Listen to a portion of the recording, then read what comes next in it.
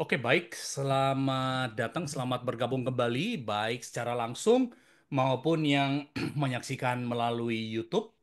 Dan hari ini kita memasuki satu episode baru, satu pembahasan yang baru di dalam seri kita, di mana kita akan mulai berbicara mengenai surat-surat Paulus. Ya, ada seluruhnya ada 13 surat Paulus yang akan kita bahas, kita akan bicarakan bersama. Baik, mari kita mulai dan saya minta untuk Ibu Helda bisa tolong pimpin kita di dalam doa untuk memulai pembahasan kita. Silakan Bu Helda. Mari kita berdoa. Bapa kami dalam surga, sekali lagi kami naikkan puji syukur kepadamu Tuhan, di mana kami masih diberikan kesempatan untuk belajar bersama walaupun melalui Zoom. Kami serahkan waktu selanjutnya ke dalam tangan Tuhan. Kiranya Tuhan Engkau mengurapi Pak Hengki. Tambahkan dia hikmat yang berasal daripadamu. Roh Kudus menaunginya. Kuasa Tuhan menaunginya. Dan setiap kami yang hadir, Tuhan berikan kami hati yang rindu akan haus akan kebenaran firman Tuhan. Dan berikan kami dapat mengerti tentang pemahaman tentang kitab Roma yang akan diuraikan. Kami serahkan waktu selanjutnya ke dalam tangan Tuhan. Pakailah hambamu. Pakailah waktu selanjutnya. Di dalam nama Tuhan Yesus Kristus kami berdoa. Amin. Amin. Oke, terima kasih. Nah, Sama-sama. em, secara cepat sekali ya, kita waktu berbicara mengenai surat-surat Paulus, ini adalah surat-surat yang ditulis oleh Paulus, bukan berarti dengan tangannya sendiri. Ya, kebiasaan pada waktu itu mereka mempergunakan sekretaris atau mempergunakan seorang juru tulis untuk menulis apa yang mereka mau katakan. Uh, yang kedua, di dalam Alkitab ada surat-surat Paulus itu ada 13 dan ke-13 surat Paulus ini itu ditulis kepada gereja-gereja dan juga ada yang ditulis kepada orang-orang secara pribadi seperti misalnya Timotius. Gereja-gereja yang menjadi penerima surat Paulus ini seperti misalnya Efesus, seperti Roma, Korintus, ya, ini sebagian besar adalah hasil pelayanan dari Paulus, buah dari perjalanan misi yang kita tahu dia lakukan itu ada 3 kali dia lakukan dan kemudian dia menulis surat untuk menjawab isu-isu atau menangani isu-isu yang sementara terjadi atau sekedar untuk berkabar, sekedar untuk memberikan informasi kepada mereka. Nah, dari ke-13 surat ini, yang paling panjang dan yang bisa dikatakan juga yang paling barangkali paling rumit ya, sampai dikatakan ini menjadi semacam diskusi yang mendalam, ini adalah surat Roma. Surat Roma adalah surat yang paling panjang dan surat yang salah satu yang paling sulit untuk dibahas, untuk dimengerti karena kata-kata yang dipakai itu adalah kata-kata yang bersifat teologia, kata-kata yang punya makna yang mendalam. Dan di sini Paulus waktu menulis surat ini dia seperti sementara berdebat. Bisa dikatakan ada orang yang katakanlah lawan debatnya yang bersifat bayangan, tidak betul-betul ada, tetapi dia menulis itu dengan gaya seperti sementara berusaha untuk menjawab sesuatu atau untuk mengajukan premis tertentu untuk dalam hal-hal yang dia bicarakan. Ini yang membuat surat Roma menjadi satu surat yang bisa dikatakan dari 13 surat Paulus menjadi surat yang paling menarik dan juga yang paling banyak ya, mungkin bukan yang paling banyak dibahas, tetapi bisa dikatakan surat yang bukan hanya panjang, tapi juga surat yang padat sekali. Nah, eh, cukup sering ya, hampir tiap kali kalau memimpin pembahasan seperti ini, saya tetap ada rasa nervous. Tetapi barangkali tingkat nervousnya itu tidak seperti hari ini. Hari ini saya super nervous karena saya lagi memikirkan bagaimana caranya untuk bisa meringkaskan surat Roma ini di dalam setengah jam, ya, selesai setengah jam dan bisa dimengerti dan juga poin-poin pembahasan yang ada di dalam surat Roma itu bisa keluar, ya. Semoga Tuhan menolong supaya ini bisa dilakukan, tetapi sekedar gambaran apa yang kita lakukan pada hari ini mengenai surat Roma itu adalah pembahasan secara cepat sekali karena di dalam surat Roma ini begitu banyak poin-poin. Bahkan bukan hanya pasal, bukan hanya ayat, banyak kata-kata yang kita bisa bahas secara berjam-jam untuk bicara secara lebih mendalam. Nah, kita akan mulai dengan surat Roma ini, ya, dengan gambaran secara umum. Surat Roma ini ditulis sekitar tahun 57 dan 58, 57 atau 58. Dengan kata lain, kita bisa hitung ini tahun AD, Ante Domino, itu tahun sama dan kita sekarang. Kita kalau tulis AD 2025. Jadi kita surat Roma ini ditulis hampir 2000 tahun yang lalu, 1950 tahun lebih yang lalu. Kita tahu ini melalui berbagai indikasi yang ada di dalam surat Roma dan kemungkinan besar bahwa surat Roma ini ditulis menjelang dia menyelesaikan perjalanan misi yang ketiga. Dia keliling di beberapa tempat dan menjelang akhir dari perjalanan misi yang ketiga, ya saya katakan tadi dia lakukan 3 kali perjalanan misi. Menjelang akhir perjalanan misi yang ketiga ini, dia mulai mengalihkan perhatian, dia mau pergi ke Spanyol. Dan waktu dia mau ke Spanyol, yang dia harapkan adalah dia akan melalui Italia dan dia akan singgah di Roma. Makanya dia menulis surat memperkenalkan diri dan memberitahukan kepada mereka apa menjadi rencananya. Kita tahu bahwa surat Roma ini ditulis sebuah kota kecil yang bernama Kenkrea, ya. Kenkrea ini berada di daerah Korintus dan surat ini dibawa oleh seorang perempuan yang bernama Febe, dibawa ke Roma. Kita tahu ini dari Roma pasal 16 ayat 1 dan 2 dan kemungkinan karena Febe mau ke Roma, ini yang memicu Paulus kemudian menulis surat Roma ini, ya. Bisa ada orang yang mengantarkan surat ini ke Roma, dia tulis untuk dibawa oleh Feby dan dibacakan di jemaat-jemaat yang ada di Roma.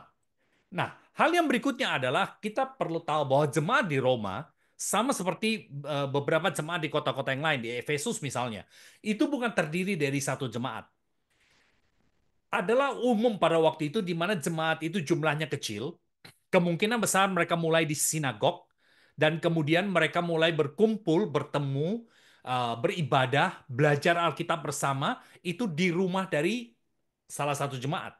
Jadi awalnya yang Yahudi itu masih pergi ke sinagog, tetapi kemudian mereka juga beribadah sebagai orang Kristen. Dan kemudian mereka mulai menarik orang-orang yang bukan Yahudi. Nah, kita tahu ini dari Kisah Rasul, gereja mulai bertumbuh, gereja mulai berkembang, dan mulai muncul isu-isu yang berkaitan dengan apa? Budaya.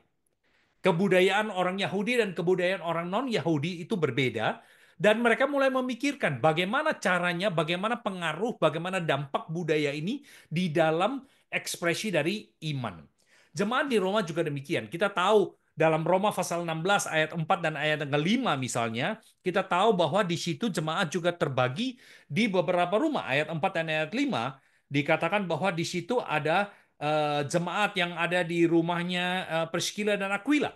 Kita tahu nama ini dari perjalanan yang dilakukan oleh mereka. Pada waktu itu kaisar di Roma mengusir mereka keluar sehingga Priscilla dan Aquila harus keluar dari Roma dan kemudian bertemu dengan Paulus. Mereka melayani bersama, sama-sama profesinya, mereka punya banyak kesamaan, akhirnya mereka menjadi satu tim. Dan sekarang rupanya Priscilla dan Aquila ini sudah kembali ke Roma. Dan di Roma mereka juga melayani, mereka punya jemaat di rumah mereka. Nah, dari sini kita tahu, kita mendapatkan indikasi bahwa mereka ini, bahwa jemaat di Roma itu bukan hanya satu tempat, tapi juga beberapa tempat. Dan kemungkinan besar sekali ada jemaat yang kebanyakan Yahudi, ada juga jemaat yang kebanyakan bukan Yahudi, ada jemaat yang campur antara Yahudi dan non-Yahudi. Oke, dan ini merupakan hal yang umum, ya, sama seperti di tempat saya di sini, ada gereja yang terdiri dari Indonesia, ada gereja orang-orang bukan Indonesia, orang-orang dari negara lain, ada gereja yang campur. Jadi itu hal yang biasa sekali oleh di Roma, apalagi Roma ini merupakan kota yang penting sekali, kota yang bisa dikatakan terbesar pada waktu itu. Hal yang lain yang kita tahu adalah bahwa Roma ini bukan didirikan oleh salah satu rasul. Di dalam Alkitab kita tidak melihat ada rasul yang pernah pergi ke Roma. Kita tahu pasti bahwa Paulus belum pernah pergi ke Roma karena di sini dia baru menulis bahwa dia mau berkunjung ke Roma. Dia mau pergi ke Roma. tetapi dia belum pernah ke Roma. Jemaat di Roma, kita lihat di sini di dalam pasal 1 ayat yang ke-8, kita tahu bahwa mereka di sini iman mereka itu sudah dikenal, sudah tersebar, sekalipun para rasul itu belum pernah ke sana. Mereka tahu tentang iman dari orang-orang Kristen yang ada di Roma, pasal 1 ayat 8. By the way, kalau saudara belum punya Alkitab saat ini, saya sangat mendorong untuk ambil Alkitab, ya, menolong untuk bisa melihat ayat-ayat ini. Ya. Pertama-tama aku mengucap syukur kepada Allahku oleh Yesus Kristus atas kamu sekalian, sebab telah tersebar kabar tentang imanmu di seluruh dunia. Paulus sudah mendengar tentang iman mereka walaupun Paulus belum pernah ke sana. Pasal 16 ayat 7. Salam kepada Andronikus dan Yunias, saudara-saudaraku sebangsa yang pernah dipenjarakan bersama-sama dengan aku, yaitu orang-orang yang terpandang di antara para rasul dan yang telah menjadi Kristen sebelum aku. Paulus berbicara mengenai orang yang ada di Roma yang sudah lebih dahulu menjadi orang Kristen sebelum Paulus menjadi Kristen. Ya, kita tahu jemaat di Roma itu bukan didirikan oleh salah satu rasul. Nah, yang berikutnya adalah kita tahu juga bahwa jemaat ini mereka berasal dari berbagai tempat. Nama-nama yang kita lihat di dalam pasal yang ke-16 ini, nama-namanya ada yang nama Yahudi, ada yang nama bukan Yahudi.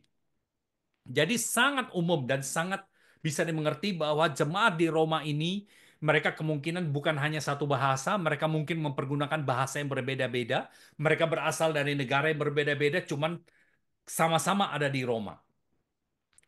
Hal yang berikutnya adalah sebagaimana kita katakan tadi bahwa surat ini ditulis karena Paulus ingin berkunjung ke Roma. Dia katakan ini dengan jelas sekali di dalam pasal yang pertama, mulai dari ayat yang ke-10. Ya, aku berdoa supaya dengan kehendak Allah, aku akhirnya beroleh kesempatan untuk mengunjungi kamu. Dan dia mengatakan ini kemudian juga di dalam pasal yang ke-15. Dari awal suratnya, di bagian akhir suratnya, dia mengungkapkan kerinduannya. Dia pergi ke Roma bukan untuk jalan-jalan, tetapi untuk melihat jemaat yang lahir bukan karena pelayanan dari Rasul, jemaat yang punya iman yang kokoh, tetapi bukan didirikan oleh seorang yang terkenal. Ya. Tapi juga dia ingin berada di Roma karena secara pelayanan ini sesuatu tempat yang strategis. Dan yang ketiga, Roma itu hanya tempat kunjungan di mana dia akan pergi ke Spanyol. Itu beberapa hal mengenai Roma yang kita tahu. Paulus ingin sekali berkunjung ke Roma karena melihat strategisnya kota Roma. Ya, hal yang lain yang kita tahu adalah bahwa di dalam surat Roma ini, waktu dia menulis kan untuk memperkenalkan diri. Mereka belum pernah kenal dia, walaupun mereka ada beberapa sudah melayani bersama dengan dia. Dia ingin menjelaskan apa yang dia beritakan. Jadi memperkenalkan diri. Dia ingin memperkenalkan berita keselamatan yang dia khotbahkan dan dia tulis secara menyeluruh supaya jemaat Roma waktu membaca itu bisa mengerti, bisa memahami dan bisa mengenal dia dengan lebih baik. Dan salah satu faktor yang kita tahu, yang kita lihat adalah bahwa kemungkinan sama seperti di tempat lain, pada waktu itu ada semacam ketegangan antara orang-orang Kristen yang punya latar belakang Yahudi dan orang-orang Kristen yang bukan Yahudi. Kemungkinan ada ketegangan seperti itu. Ya, kita melihat adanya nada-nada, ada indikasi-indikasi seperti itu, dan ini terjadi juga di gereja-gereja yang lain. Uh, Mereka yang latar belakang Yahudi itu sangat menekankan bahwa untuk menjadi seorang Kristen, pada dasarnya orang yang bukan Yahudi pun harus mengikuti tradisi adat istiadat Yahudi. Misalnya, harus disunat, ada makanan yang boleh dimakan dan ada makanan yang tidak boleh dimakan. Cara ibadah misalnya. Nah, ini menjadi ketegangan di antara orang-orang non-Yahudi karena mereka merasa lah, saya bukan orang Yahudi, kenapa kok saya mesti ikut kebudayaan, kenapa saya mesti mengikut adat istiadat dari orang Yahudi?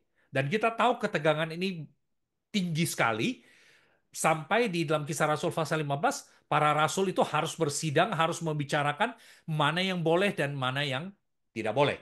Jadi kemungkinan di Roma kita melihat ada kemungkinan terjadi ketegangan seperti itu juga. Nah, hal yang berikutnya yang kita lihat bahwa di dalam surat Roma ini, kalau kita mengatakan inti berita dari surat Roma ini, inti beritanya satu, yaitu kebenaran Allah. Ya, kebenaran Allah. Kebenaran Allah di dalam surat Roma ini dinyatakan dengan begitu dahsyat, menjadi satu tema yang merangkul seluruh pembahasan yang ada dalam surat Roma ini. Dan ini bisa dimengerti sekali karena kebenaran Allah merupakan satu topik yang juga banyak dibahas di antara orang-orang Kristen pada waktu itu. Mereka berusaha mengerti apakah menjadi orang Kristen itu berarti saya bebas dan bebas melakukan apa saja. Apakah menjadi orang Kristen itu berarti saya bisa hidup semau-mau saya? Apakah menjadi orang Kristen itu berarti saya tidak perlu tunduk kepada kekuasaan, tunduk kepada hukum manapun? Atau apakah saya bisa mencari Tuhan dan melalui perbuatan saya, melalui apa yang saya bisa lakukan sendiri? Kebenaran Allah di dalam Roma ini merupakan satu topik yang tidak mudah untuk dimengerti, tetapi merupakan satu topik yang penting sekali dan saya kira kita sebagai orang Kristen di gereja, kita seharus mengatakan kita sebenarnya jarang membahas seperti ini. Kita banyak berbicara mengenai kasih Allah, tetapi kasih Allah itu adalah salah satu bagian daripada kebenaran Allah. Ya, dan Roma membahas kebenaran Allah itu dengan, saya tidak katakan tuntas. Saya rasa tidak ada orang yang bisa mengerti dan membahas kebenaran Allah itu secara tuntas, tetapi kebenaran Allah itu disajikan dengan sangat jelas. Dan kadang-kadang kalau kita lihat dari satu sisi tertentu, kita seharusnya punya perasaan seperti ini. Kalau kita membaca mengenai kebenaran Allah di dalam surat Roma, kita seharusnya ada semacam rasa frustrasi, merasakan begitu tidak layaknya kita, begitu tidak pantasnya kita untuk datang ke hadapan Allah. Nah, kebenaran Allah di dalam surat Roma ini dinyatakan di dalam tiga unsur. Kebenaran Allah ini pertama-tama diperkenalkan dalam Roma sebagai atribut Allah yang dinyatakan melalui karyanya. Apa itu atribut? Atribut itu lebih daripada sifat. Sifat itu bisa berubah. Sifat itu bisa berevolusi. Atribut itu adalah ciri-ciri, adalah karakteristik. Bisa dikatakan DNA kalau kita pakai istilah ini. DNA, sesuatu yang tidak akan berubah. Nah, atribut Allah yang dinyatakan dalam Roma itu adalah Allah yang benar. Kebenaran Allah itu adalah merupakan satu yang hakiki di dalam diri Allah. Bagaimana kita tahu kebenaran Allah ini? Karena kebenaran Allah ini dinyatakan melalui karyanya, dinyatakan melalui firman-Nya. Dalam hal ini, dalam surat Roma, kebenaran Allah ini dinyatakan melalui Taurat yang membuktikan bahwa manusia itu berdosa, bahwa manusia itu tidak bisa memenuhi standar Allah. Kalau kita lihat di dalam Roma, Taurat itu diberikan, hukum Allah itu diberikan, aturan Allah itu diberikan, supaya manusia itu tahu bahwa dia tidak mampu untuk mencapai kebenaran Allah. Bahwa manusia itu gagal. Bayangkan kebenaran Allah seperti itu. Dinyatakan kepada kita melalui Taurat, dan kemudian Taurat itu bukan berarti membuat kita baik. Kebenaran Allah yang dinyatakan melalui Taurat itu justru untuk menyatakan, memperlihatkan kepada kita, ini loh, kamu gagal, kamu tidak bisa. Tidak seorang pun yang mampu untuk mencapai, memenuhi standar kebenaran Allah. Itu sebabnya saya katakan, kita membaca mengenai Roma dan bicara mengenai kebenaran Allah, hal yang pertama kita perlu punya adalah rasa frustrasi. Rasa tidak layak, rasa tidak pantas, rasa satu, bagaimana caranya saya bisa menyenangkan Tuhan? Bagaimana caranya saya bisa memuaskan Tuhan? Bagaimana caranya supaya saya dan Tuhan itu bisa berdamai dengan Tuhan? Bagian-bagian awal dari surat Roma itu seharusnya memberikan pada kita satu rasa frustrasi, membuat kita merasa saya ini tidak layak, saya ini tidak pantas, ada rasa ketidakcukupan. Nah, hal yang kedua, kebenaran Allah ini juga dinyatakan di dalam Roma bahwa oleh anugerah Tuhan, kebenaran Allah ini dikaruniakan kepada orang-orang berdosa melalui iman. Nah, saya mau berhati-hati di sini. Ini kalimat yang saya berusaha pikirkan baik-baik. Kebenaran Allah ini diberikan, dianugerahkan. Gambarannya adalah begini. Allah yang benar melihat manusia, dan manusia ini tidak bisa benar. Manusia ini tidak benar. Oke? Manusia dengan upaya sendiri, dengan kemampuan sendiri, tidak mampu untuk mencapai kebenaran Allah. Padahal manusia wajib untuk mencapai kebenaran Allah. Kalau tidak, manusia akan dihukum. Supaya manusia tidak dihukum, maka Allah bertindak. Karena manusia melalui perbuatannya, melalui segala yang dia lakukan, termasuk memenuhi hukum Taurat, tetap tidak bisa mencapai kebenaran Allah. Maka Allah mengatakan, kamu tidak bisa mencapai, sekarang saya berikan kepada kamu. Ini di dalam teologi merupakan satu pembahasan yang mendalam sekali. Diberikan kepada kita. Ini kebenaranku, sekarang kuberikan kepadamu untuk menjadi kebenaranmu. Nah, ini namanya anugerah, saudara. Sesuatu yang diberikan bukan karena kita layak, bukan karena kita pantas, sesuatu yang diberikan kepada kita tidak mampu mencapai, tapi kita membutuhkan. Tuhan kemudian memberikan kepada kita di dalam Yesus Kristus.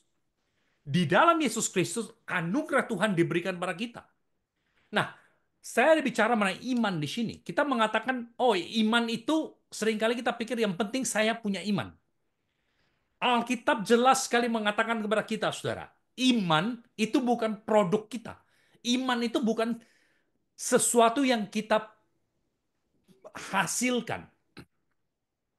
Iman di dalam Alkitab itu adalah cara, metode. Nah, mungkin bukan metode.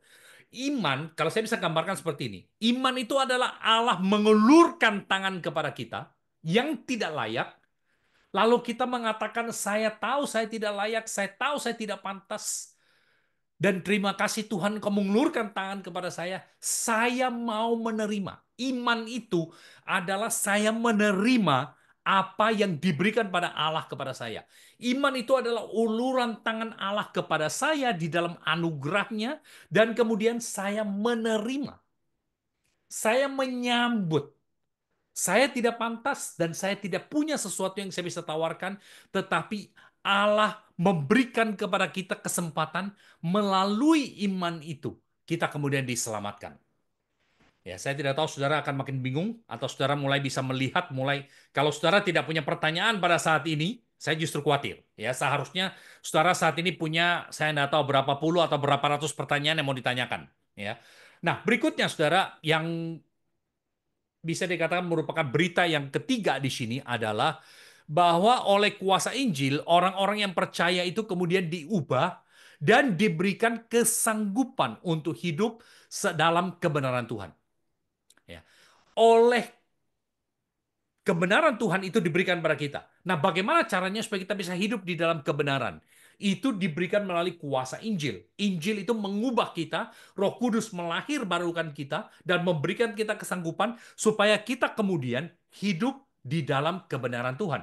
Ingat, kebenaran itu adalah sesuatu yang kita tidak mampu jangkau. Kebenaran itu bukan natur kita, bukan kebiasaan kita, bukan sesuatu yang kita punya secara alamiah. Itu bukan bagian dari DNA kita. Nah, supaya kita bisa hidup di dalam kebenaran, kita dilahir barukan kembali, kemudian kita diberikan Roh Kudus untuk berjalan bersama dengan kita. Nah, melalui lahir baru, diberikan Roh Kudus, kita kemudian hidup di dalam kesucian dan makin menyerupai kebenaran yang Allah berikan kepada kita. Oke, nah ini secara keseluruhan kita bicara mengenai berbicara mengenai penyataan kebenaran Allah. Nah, saya tahu saya itu gerak cepat sekali, bicara mengenai cepat sekali, tapi semoga saudara punya banyak pertanyaan yang kita bisa bahas. Kalau kembali lagi, kalau saudara tidak punya pertanyaan, berarti kemungkinan yang saya katakan ini kurang jelas. Oke, nah sekarang kita bicara mengenai garis besar dari surat Roma ini. Surat Roma ini kita buka dalam Roma pasal 1 ayat 1 sampai 17 ini adalah pendahuluan atau pengantar ya, di mana Paulus di sini dia memperkenalkan diri dari Paulus hamba Kristus Yesus yang dipanggil menjadi rasul dan dikuduskan untuk memberitakan Injil. Seperti biasa, kata dikuduskan itu bukan mempunyai pengertian dia adalah orang yang suci yang tidak berdosa. Dikuduskan di sini mempunyai pengertian dia dipisahkan, dia di bahasa Kristen itu dia diasingkan, dikhususkan, ya, dipanggil secara khusus untuk menjadi hamba Tuhan, untuk memberitakan Injil Kristus. Dan Injil itu telah dijanjikan sebelumnya dan perantaraan para nabi-nabinya dalam kitab suci. Di sini memberitahukan kepada kita, di dalam perjanjian lama dan perjanjian baru tidak ada cara berbeda mengenai keselamatan. Oke, tidak ada cara berbeda. Semua tetap sama, hanya diberikan label yang berbeda karena ditujukan kepada orang yang berbeda. Datang pada masa yang berbeda, pada kesempatan yang berbeda. Ya, itu sebabnya satu disebut perjanjian lama yang kemudian kita pakai istilah satu perjanjian baru. Ada yang mengatakan Taurat dan Injil. Nama tidak masalah, itu merupakan label. Nah, ayat 1 sampai dengan ayat 17 itu merupakan satu pengantar, memberikan satu latar belakang, menolong kita untuk mengerti siapa itu Paulus, mengapa dia menulis ini.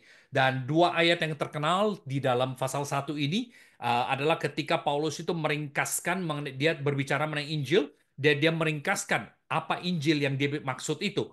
Sebab aku mempunyai keyakinan yang kokoh dalam Injil, ayat 16, karena Injil itu adalah kekuatan Allah yang menyelamatkan setiap orang yang percaya. Pertama-tama orang Yahudi, tetapi juga orang Yunani. Sebab di dalam Injil itu, lihat kata ini, nyata kebenaran Allah. Yaitu kebenaran yang bertolak dari iman dan memimpin kepada iman, seperti ada tertulis, orang benar akan hidup oleh iman. Oke? Dua ayat ini kita bisa bahas berjam-jam lamanya.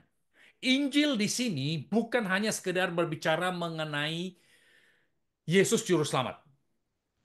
Itu betul, tetapi Injil di sini digambarkan oleh Paulus merupakan satu cara di mana Tuhan itu menjangkau manusia yang berdosa dan mengubah manusia yang berdosa itu, menjadikan manusia yang berdosa itu seseorang yang bisa menerima kebenaran Tuhan, bisa menerima kebenaran dari Allah, dan dengan demikian menjadi sama dengan Allah. Injil ini adalah satu kuasa, kata yang dipakai untuk kekuatan di sini, ya, di dalam ayat yang ke 16, dalam ayat yang ke-16 ini, Injil itu adalah kekuatan Allah. Kata kekuatan di sini itu dalam bahasa Yunani-nya sama dengan kata yang kemudian dipakai diterjemahkan sebagai dinamit. Ya.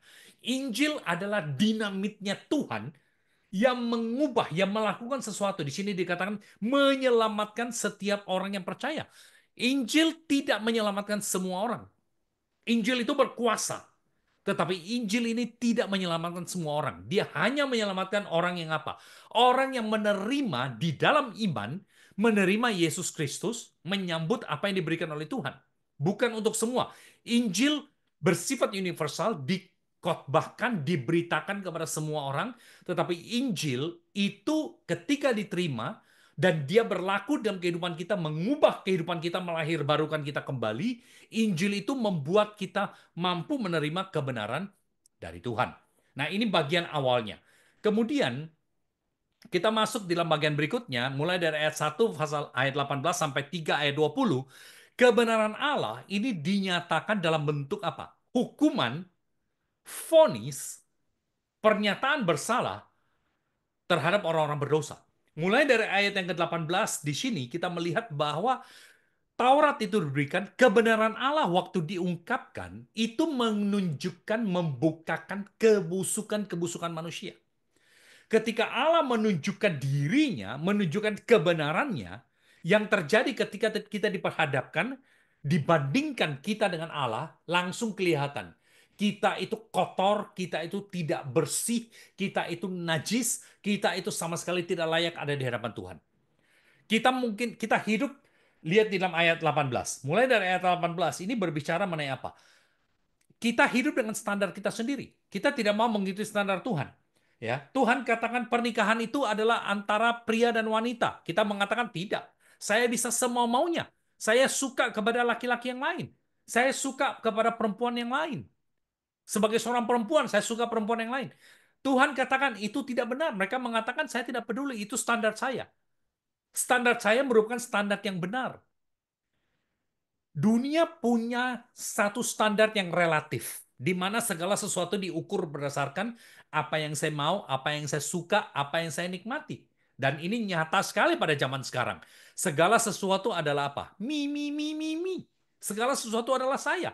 Segala sesuatu adalah apa yang saya inginkan, apa yang saya nikmati. Tidak ada orang boleh mengganggu-gugat itu. Itu kita katakan itu adalah hak kita. Tapi waktu kebenaran Allah dinyatakan, kita tiba-tiba sadar bahwa hidup kita itu tidak benar.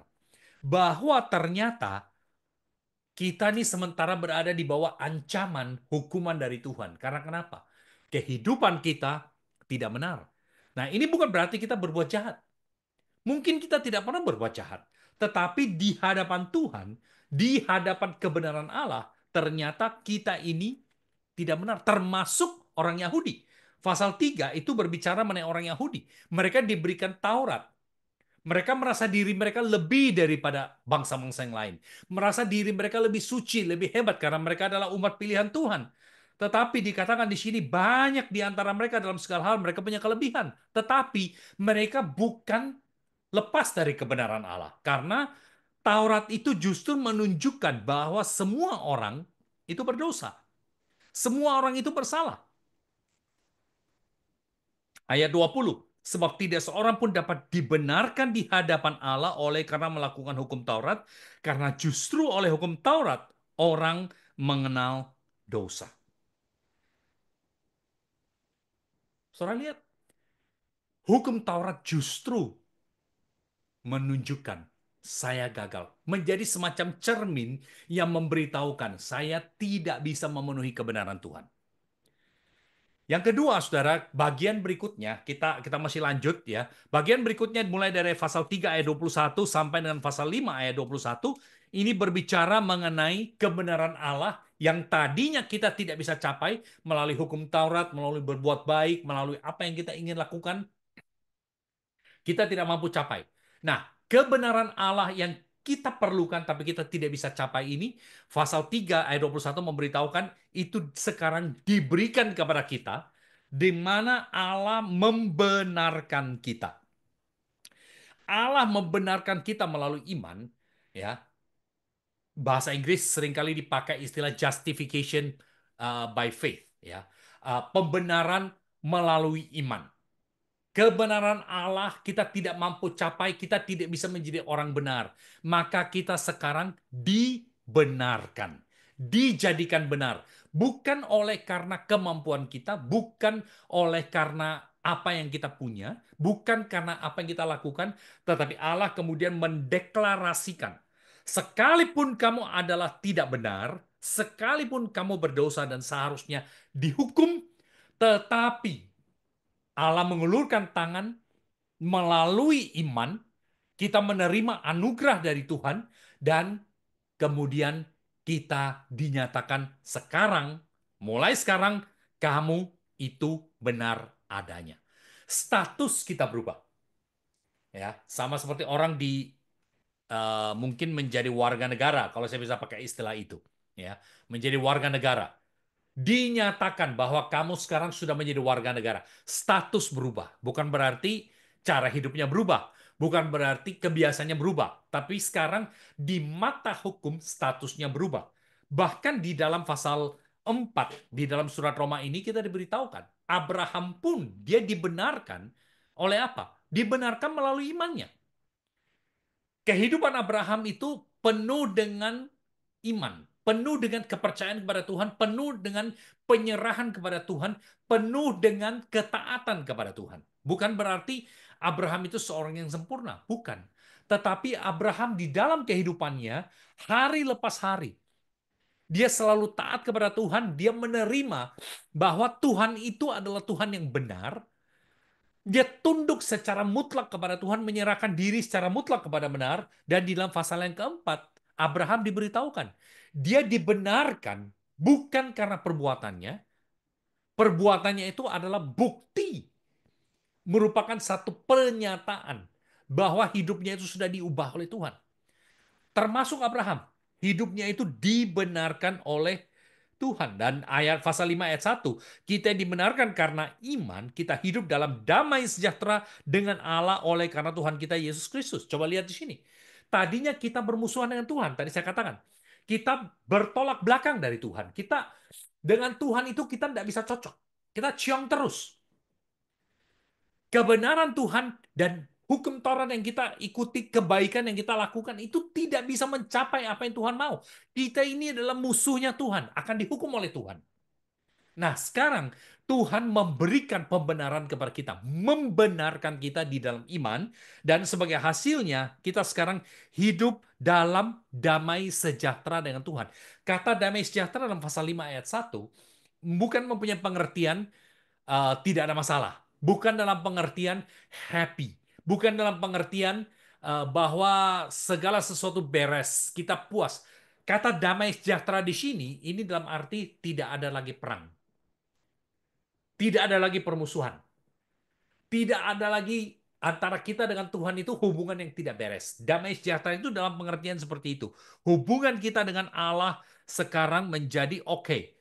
Mengapa? Ayat 2 memberitakan melalui Yesus kita beroleh jalan masuk. Kita beroleh akses kepada Tuhan. Kita bisa mencapai Tuhan sekarang karena kenapa? Melalui Tuhan Yesus yang diberikan menganugerahkan kebenaran itu kepada kita. Nah, yang berikutnya dari pasal 6 sampai pasal yang ke-8, ini kita masuk ke dalam bagian ketiga. Bagian pertama bicara mengenai kebenaran Allah yang menghukum kita, menunjukkan kita ini berdosa. Bagian yang kedua berbicara bahwa kebenaran Allah yang menyatakan kita berdosa sekarang diberikan pada kita, menyatakan kita benar melalui Yesus, di dalam Yesus Kristus melalui iman. Nah, hasil daripada pembenaran itu adalah bahwa kebenaran Allah itu sekarang menjadi bahagian dari kehidupan kita, dan kebenaran Allah yang dinyatakan dalam kehidupan kita ini, kita harus ungkapkan sekarang makin lama makin dipoles supaya kebenaran Allah itu makin nyata. Nah, pakai bahasa kita sekarang, istilah yang dipakai ini adalah proses penyucian. Proses penyucian, sanctifikasi, sanctification. Ya. Kebenaran Allah itu tadinya bukan bagian kita. Ingat, kita dan Allah itu terpisah. Nggak nyambung. Kita akan dihukum oleh Tuhan. Kita berusaha dengan segala macam cara berusaha mencari Tuhan, mendekati Tuhan, tetap tidak bisa. Allah kemudian mengulurkan tangan kepada kita, menjangkau kita melalui Yesus Kristus. Dia katakan, bukan karena kamu baik, tetapi karena aku mau memberikan. Ini namanya anugerah. Dia memberikan secara cuma-cuma kepada kita, dan dia menyatakan mulai sekarang, kamu saya nyatakan diri sebagai orang yang benar. Nah, tadi saya katakan, orang yang benar itu status. Bukan berarti lalu cara hidup kita oke. Bukan berarti sama seperti barangkali kita baru ke satu negara yang baru atau masuk ke satu perusahaan yang baru atau lama tidak bekerja sekarang kembali bekerja. Kita status sebagai karyawan, kita status warga negara, kita status adalah pendatang di satu negara yang baru, satu tempat yang baru, tapi bukan berarti kebiasaan kita sesuai dengan kebiasaan setempat. Oke? Jelas ya? Perilaku kita, cara hidup kita, bahasa yang kita pakai. Datang ke Amerika barangkali kita belum bisa bahasa Inggris dengan baik, nggak lancar. Ya, walaupun kita status barangkali adalah warga negara Amerika, bukan berarti kita lancar berbahasa Inggris. Nah, demikian juga kita dinyatakan sebagai orang yang benar. Bukan berarti bahasa kita, bukan berarti cara hidup kita, bukan berarti sifat kita, bukan berarti kebiasaan kita itu benar. Di dalam diri kita ada kebenaran Allah, tapi masih dibungkus oleh berbagai hal yang tidak sesuai. Nah, proses penyucian di dalam pasal 6 sampai pasal 8 ini adalah yang membungkus, yang membuat kebenaran Allah itu tidak nyata, itu dikikis, dibersihkan. Sehingga kebenaran Allah itu makin lama makin nyata. Nah, pasal 6 sampai pasal 8 ini dinyatakan proses ini terjadi di dalam apa? Kesatuan dengan Kristus. Dalam hubungan dengan Kristus. Karena ingat, kebenaran Allah diberikan kepada manusia itu melalui iman di dalam Yesus Kristus. Yesus Kristus itu menjadi kuncinya. Ketika kita bersatu dengan Kristus, kita menerima kebenaran Allah dan kemudian kita bisa memperbaharui kehidupan kita, mulai meninggalkan sifat-sifat yang lama, meninggalkan kebiasaan yang lama, supaya kebenaran yang tadinya tersembunyi di dalam diri kita yang sudah diberikan ini makin bertumbuh, makin nyata, makin keluar. Kalau mau pakai istilah sekarang, kita makin glowing. Glowingnya bukan dari luar, glowingnya dari dalam keluar. Pembaharuan itu bukan karena operasi plastik di luar, tetapi karena di dalamnya sudah dioperasi, cuma bekas-bekas lukanya itu masih masih belum beres. Nah, sekarang makin dibersihkan, makin dipoles, makin dikikis, makin dibersihkan dan kebenaran itu makin lama makin nyata dan ini yang disebut di dalam Alkitab sebagai proses penyucian. Dan tentu saja proses penyucian ini bukan sesuatu yang mudah. Ini adalah satu proses yang menyakitkan, satu proses yang tidak mudah. Satu proses di mana kita itu jatuh bangun. Makanya di dalam pasal 6 sampai pasal 8 ini dikatakan penting sekali untuk kita hidup bersatu bersama-sama dengan Kristus. Berjalan bersama-sama dengan Kristus karena hanya melalui berjalan bersama Kristus baru kemudian kita tahu ini arahnya mau kemana. Ini bagaimana caranya kita jalan supaya kita bisa menjadi makin serupa, makin tahu.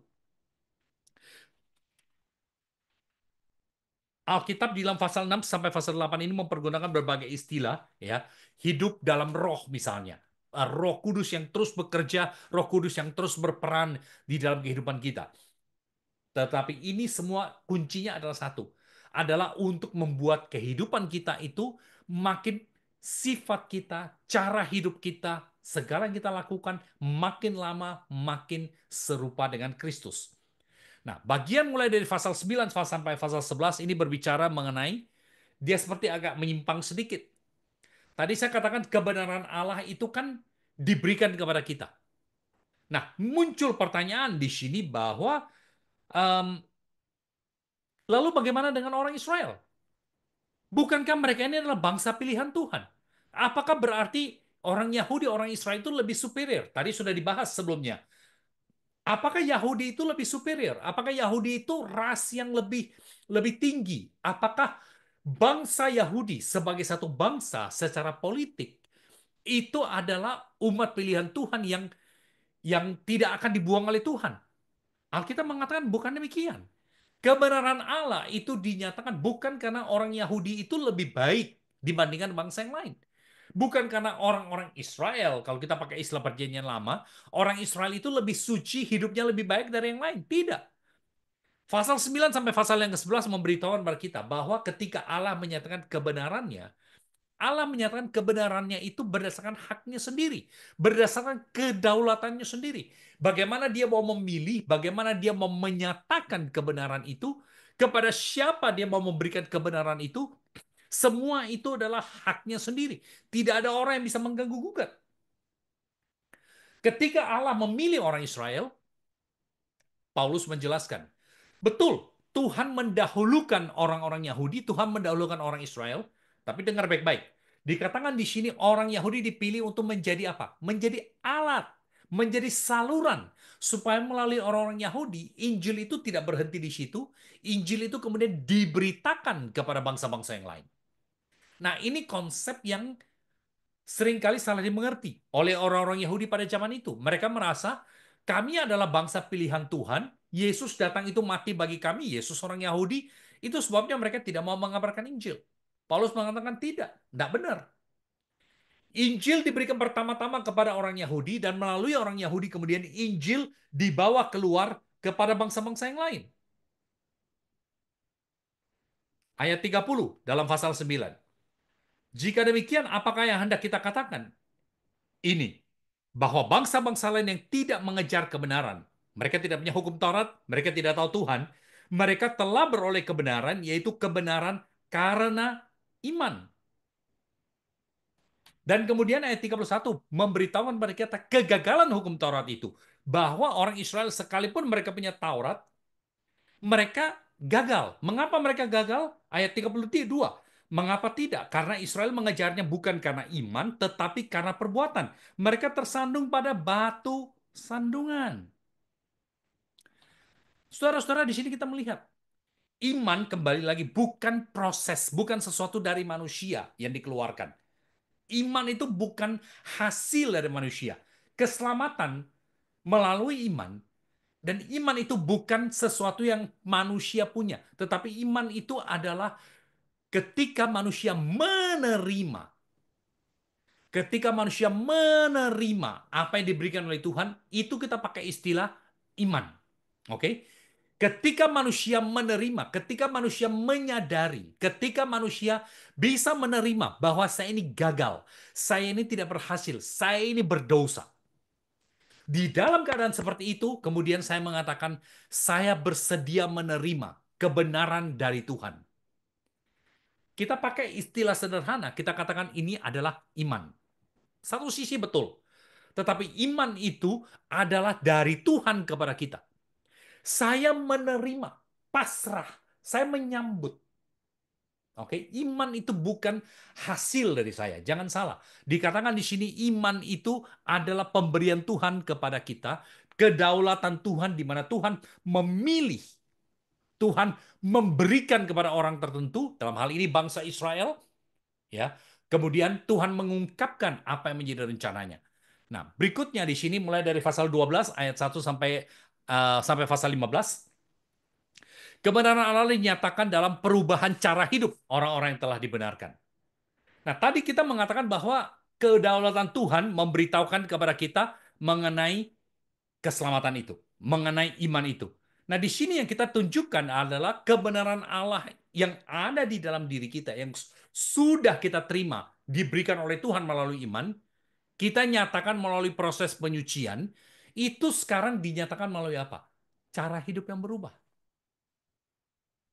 Bagaimana kita menunjukkan bahwa kita ini adalah orang yang dibenarkan oleh Tuhan?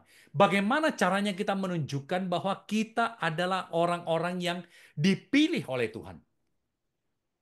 Jawabannya di dalam pasal 12 ayat 1 sampai pasal 15 ayat 13 adalah kita menunjukkan cara hidup yang berubah. Kebiasaan kita, segala yang kita lakukan itu berubah. Ayat yang terkenal sekali dalam pasal 12 ayat 1.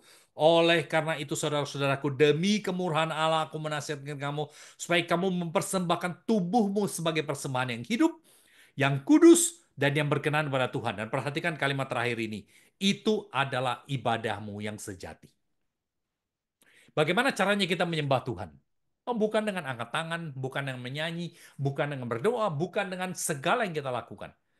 Alkitab memberitahukan kita menyembah Tuhan, kita betul-betul beribadah kepada Tuhan, itu ketika kita memberikan kehidupan kita, memberikan di sini bahkan ya, bukan dipakai memberikan hidup. Dikatakan kamu mempersembahkan tubuh. Apa yang kita punya, yang tadinya dipakai untuk melayani dosa, yang dipakai untuk berbuat dosa. Sekarang tubuh ini saya berikan kepada Tuhan. Supaya Tuhan pakai untuk menjadi apa yang diinginkan. Nah, di sini dikatakan itu adalah ibadahmu yang sejati. Perubahan di dalam cara hidup kita, sikap kita terhadap sesama. Pasal 12 itu mulai dari ayat yang ke-9 berbicara mengenai bagaimana seharusnya kita memperlakukan sesama kita. Ya, ayat yang kita lihat di dalam pasal 12 mulai ayat yang ke-9 ayat 10, hendaklah kamu saling mengasihi sebagai saudara, saling mendahului dalam memberi hormat, bukan saling menunggu untuk dihormati, tapi saling mendahului untuk memberi hormat. Bersukacitalah dalam pengharapan, sabar dalam kesesakan. Ayat 13. Bantulah dalam kekurangan orang-orang kudus. Usahakan dirimu selalu memberikan tumpangan. Berkatilah orang yang menganiaya kamu. Berkati dan jangan mengutuk. Hendaklah kamu, ayat 16. Hendaklah kamu sehati sepikir dalam kehidupanmu bersama. Jangan memikirkan perkara-perkara yang tinggi. Dan seterusnya. Cara hidup yang berubah. Cara hidup yang lain. Termasuk ayat pasal 13. Patuh kepada pemerintah, sekalipun pemerintah itu mungkin bukan merupakan pemerintah yang takut kepada Tuhan. Tidak mudah, saudara. Karena dikatakan di situ kita perlu hidup dengan cara di mana kebenaran Tuhan itu bisa dinyatakan di dalam hidup kita. Orang yang lemah bukan kita injak, orang yang lemah bukan kita hancurkan, orang yang lemah justru kita bantu untuk kemudian bisa berdiri. Nah, kita sekarang masuk kepada bagian terakhir, penutup dan salam. Di sini Paulus dan dibilang dia belum pernah ke Roma ya. Tapi kalau kita lihat di dalam pasal yang ke-16 ini, Daftar orang yang dikenal di Roma itu banyak sekali, panjang sekali. Dan rupanya orang-orang ini adalah orang-orang yang saya tidak tahu apakah dulu mereka memang tinggal di Roma, dan saya katakan tadi kaisar memerintahkan mereka semua harus diusir keluar dan mereka keluar dari Roma. Jadi ketemu Paulus, atau mereka sudah bersama-sama dengan Paulus sebelumnya dan mereka sekarang pindah ke Roma, kita tidak tahu. Tapi kita lihat, Paulus datang ke Roma, itu bukan berarti dia tidak kenal siapa-siapa. Banyak orang yang dia kenal, banyak orang yang sudah punya cerita, banyak orang yang punya riwayat pelayanan yang panjang bersama-sama dengan Paulus. Dia mengucapkan salam, dan saya pikir Paulus ini cocok dengan orang Indonesia. Orang Indonesia kalau sudah mau pulang, itu bye-bye mulai dari dapur sampai di ruang makan, dari ruang makan masih bye-bye lagi sampai ke ruang tamu, sampai di depan pintu, sampai di luar di depan, sampai mau naik mobil, itu bye-bye-nya bisa makan waktu nggak tahu berapa lama. Ya kan? Nah, salamnya Paulus juga seperti itu. Ya, dia mau menutup tetapi itu dengan panjang lebar, dan dia kembali mengatakan bahwa dia ingin datang ke Roma, dia berharap bisa datang ke Roma. Nah, sekarang kita bicara mengenai beberapa aplikasi.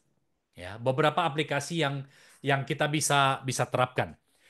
Yang pertama, pelajaran yang pertama yang kita bisa terapkan di sini adalah bahwa semua orang itu adalah orang yang berdosa di hadapan Tuhan. Semua orang adalah berdosa dan tidak dapat berbuat apapun untuk menyelamatkan diri sendiri. Keselamatan hanya melalui iman kepada Yesus Kristus. Dalam Roma pasal 3 ayat 23 dan 24. Saya tidak tahu kita sekarang ini seperti apa. Kita mungkin mengatakan saya ke gereja, ya. Paling sedikit saya rajin mengikuti acara pelajaran Alkitab seperti ini. Saudara, orang-orang khusus, orang-orang spesial. Tetapi pertanyaan saya adalah, apakah hubungan kita dengan Tuhan itu sudah beres? Kita tidak bisa menyelesaikan dosa, berusaha menghapuskan dosa dengan cara berbuat baik, dengan cara berbuat yang rohani. Tidak. Dosa itu hanya bisa dihapus, dosa hanya bisa dibersihkan ketika kita membuka hati kita, mengatakan saya tidak layak, saya tidak mampu, saya sudah berusaha berbuat baik, tetapi saya tahu dosa saya tetap tidak beres, hubungan saya dengan Tuhan tetap tidak beres. Hari ini saya bersedia secara terbuka menerima Yesus sebagai juru selamat saya, secara pribadi. Menerima kebenaran Allah itu yang dinyatakan dan diberikan kepada saya, yang mengubah kehidupan saya. Kita semua adalah orang berdosa, kecuali kalau kita datang kepada Tuhan Yesus, menerima Tuhan Yesus sebagai juru selamat kita secara pribadi. Saya katakan saya tidak tahu di mana, bagaimana status hubungan saudara dengan Tuhan. Tetapi kalau hari ini, ketika saudara mendengar ini, saudara merasa tergerak menerima Yesus sebagai juru selamat, saya harap saudara bisa berdoa seperti ini. Tuhan, saya orang berdosa. Saya mengaku dosa saya. Saya tahu saya tidak mampu untuk menyenangkan Engkau, tetapi saya bersyukur bahwa kebenaran-Mu diberikan melalui Yesus kepada saya. Hari ini saya mau menerima. Saya mau menerima kebenaran itu. Saya mau menerima Yesus sebagai juru selamat saya secara pribadi. Kalau saudara mau kesempatan ada orang berdoa bersama dengan saudara dengan senang hati, saya ingin berdoa dengan saudara, saudara hubungi saya. Yang kedua, saudara, aplikasi yang kedua yang kita lihat di sini adalah bahwa penderitaan itu adalah bagian dari proses penyucian. Menjadi suci itu bukan gampang. Saya ingat sekali seorang pendeta senior dalam satu retreat dia pernah mengatakan demikian. Salah kalau pikir bahwa dosa itu busuk. Akibat dari dosa itu yang busuk. Tapi dosa itu menyenangkan. Itu sebabnya banyak orang mau berdosa. Kalau dosa itu menyeramkan, kalau dosa itu busuk, tidak ada orang yang mau berdosa. Kita suka lupa, Lucifer, iblis, itu bukan nafasnya bau, matanya merah, mukanya galak, pakai tanduk berapi, atau bagaimana bayangan kita yang serem-serem. Alkitab memberitahukan kepada kita, Lucifer itu adalah salah satu malaikat yang paling cantik, yang paling tampan, yang paling bagus. Dan dia kemudian menjadi sombong, merasa dirinya paling hebat. Bahkan dia pikir-pikir, kayaknya saya bisa menjadi sama seperti Tuhan. Itu sebabnya Tuhan menghukum dia. Kalau iblis itu menyeramkan, tidak ada orang yang mau mengikuti dia. Nah, saudara, bagian daripada kehidupan kita adalah Ketika masuk dalam proses penyucian, dosa-dosa yang kita cintai, yang kita sukai, yang kita sembunyikan ini, satu persatu dilepaskan, satu persatu dikeluarkan, satu persatu dibersihkan. Seringkali bahkan itu sudah menjadi bagian daripada kebiasaan kita. Kita sudah tidak terpikir, sudah otomatis. Kita bahkan barangkali merasa itu bukan dosa lagi. Ketika Tuhan memberikan kebenarannya kepada kita, Tuhan mengubah kita, menyucikan kita. Kita sekarang mulai belajar kebahagiaan yang baru. Cara hidup yang lain. Dan itu tidak mudah, saudara. Menyakitkan. Tapi proses penyucian ini adalah sesuatu yang layak. Itu sebabnya di dalam proses penyucian ini, Roh Kudus mendampingi kita. Roh Kudus beserta dengan kita. Kita tidak jalan sendiri. Kita menyesuaikan diri dengan cara yang baru. Kita mungkin gagal, tapi ada Roh Kudus yang berjalan bersama dengan kita. Bahkan di dalam pasal 8 dikatakan, seringkali karena kita sudah begitu frustrasi, kita sudah tidak bisa berdoa lagi. Pasal 8 mengatakan Roh Kudus itu berdoa untuk kita, mewakili kita dengan keluhan-keluhan yang kita tidak bisa lagi ungkapkan. Roh Kudus, penghibur, dia adalah orang yang berjalan bersama-sama dengan kita. Dia ada, tadi saya katakan orang, dia bukan orang. Dia Allah yang berjalan bersama-sama dengan kita. Pribadi yang mendampingi kita, yang menopang kita, yang membantu kita, yang menolong kita berjalan bersama. Perjalanan kehidupan orang Kristen tidak gampang, saudara. Tidak mudah menjadi orang Kristen. Tidak mudah untuk hidup dalam kebenaran Tuhan. Itu sebabnya cara paling gampang adalah kita katakan, saya mau percaya Yesus, tapi kehidupan kita tidak seperti orang Kristen. Melalui Roh Kudus kita diberikan kekuatan, diberikan kemampuan menjadi makin hari makin suci. Itu nomor dua. Yang nomor tiga, saudara, adalah bahwa dalam perjalanan hidup kita, sekalipun kita sudah dibenarkan, kita masih akan berdosa. Kita sudah dibenarkan. Tetapi, saudara, bukan berarti kita sama sekali sudah tidak akan berdosa lagi. Maaf kalau saya ingatkan, kita masih tetap bisa jatuh dalam dosa. Dan saya ingat kalimat yang seringkali kita pakai untuk membedakan lalu bagaimana hubungan kita dengan dosa sebelum kita percaya Tuhan dan sesudah kita percaya Tuhan. Ini satu kalimat yang barangkali saudara-saudara sudah sering kali dengar, tapi saya mau angkat. Ya. Dulu sebelum kita menjadi orang Kristen, sebelum kita percaya Yesus, sebelum kita menerima kebenaran dari Tuhan, sebelum kita dibenarkan oleh Tuhan, kita tidak bisa tidak berdosa. Kita tidak bisa tidak berdosa. Sekarang, setelah saya dibenarkan oleh Tuhan, setelah saya menerima Yesus menjadi juru selamat saya, sekarang saya bisa untuk tidak berdosa. Oke? Saya ulangi. Dulu sebelum kita percaya Yesus, kita tidak bisa tidak berdosa. Dengan kata lain, tidak ada pilihan. Berdosa itu adalah absolut. Berdosa itu adalah natur. Berdosa itu adalah sesuatu yang sama seperti oksigen. Tidak bisa kalau tidak ada berdosa. Mungkin kita tidak menyebut itu dosa, tapi kita tahu ini tidak memenuhi standar Tuhan. Oke? Dosa dan jahat itu berbeda. Saya bisa menjadi orang berdosa yang hidupnya berbuat baik. Hidup perbuatan saya baik. Saya tidak pernah melanggar hukum. Tapi saya tetap adalah orang berdosa di hadapan Tuhan. Kebenaran itu bukan soal baik atau tidak baik.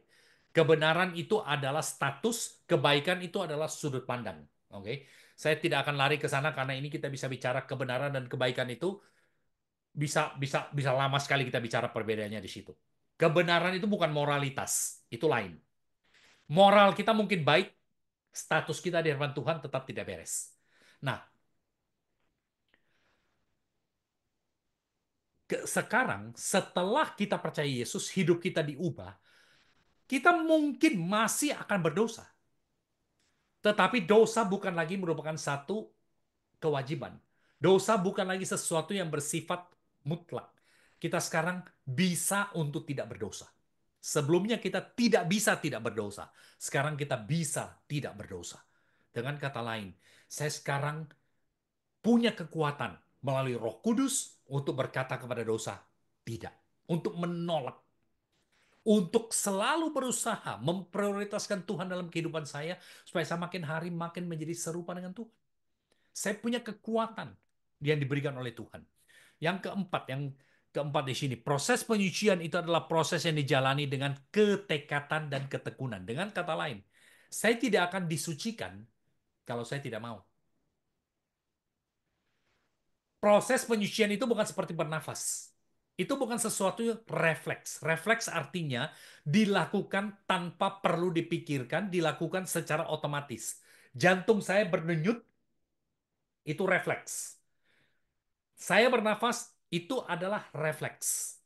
Tetapi saya mau angkat tangan saya mau menunjuk, saya mau mengepalkan tangan atau apapun, itu adalah pilihan saya sendiri. Proses penyucian itu adalah saya mau atau tidak. Kita perlu punya ketekatan, dan bukan hanya punya ketekatan, karena penyucian itu bukan satu langkah. Penyucian itu adalah satu proses, sesuatu yang dijalani dalam kehidupan kita dalam dunia ini. Membutuhkan ketekatan, tapi juga membutuhkan ketekunan. Kita harus ingat itu. Proses penyucian itu bukan sesuatu yang terjadi secara otomatis. Kita harus secara sadar memutuskan. Saya tidak mau, misalnya dalam pasal 12 ayat 1, saya tidak mau mengikuti apa yang dikatakan pasal 12 ayat 2. Saya tidak mau mengikuti apa yang dikatakan oleh dunia ini. Saya mengambil keputusan untuk tidak mengikuti dunia. Saya mengambil keputusan untuk mengikuti Tuhan. Itu ketekatan. Tapi ketekatan saja tidak cukup. Untuk disucikan, itu harus ada ketekunan. Sesuatu yang dilakukan setiap hari, dilakukan secara terus-menerus. Sama seperti kalau kita mau belajar sesuatu yang baru. Kita perlu praktekkan, jadikan itu kebiasaan.